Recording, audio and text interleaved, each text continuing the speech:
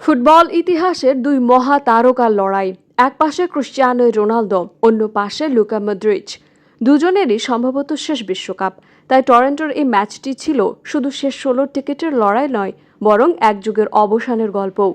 বিশেষজ্ঞদের মতে এই টুর্নামেন্টে দুজনের শেষ বিশ্বকাপ হওয়ার সম্ভাবনা প্রবল। শুরু থেকেই দুই দল আক্রমণাত্মক ফুটবল খেললেও প্রথমার্ধে কোনো গোলই হয়নি। দ্বিতীয়ার্ধে 53তম মিনিটে ইভান পেরিসিচ গোল করে ক্রোয়েশিয়াকে এগিয়ে দেন।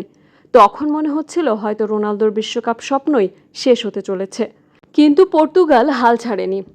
68তম মিনিটে ভিএআর এর সিদ্ধান্তে পাওয়া পেনাল্টি থেকে ক্রিস্টিয়ানো রোনালদো নিখুঁত শটে সমতা ফেরান। 41 বছর বয়সেও বড় মঞ্চে নিজেকে প্রমাণ করলেন ফুটবলের এই কিংবদন্তি।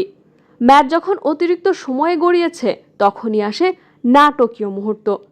94 মিনিটে গঞ্জালো রামোস রাফায়েল দুর্দান্ত ক্রস থেকে হেডে জয়সূচক গোল করেন।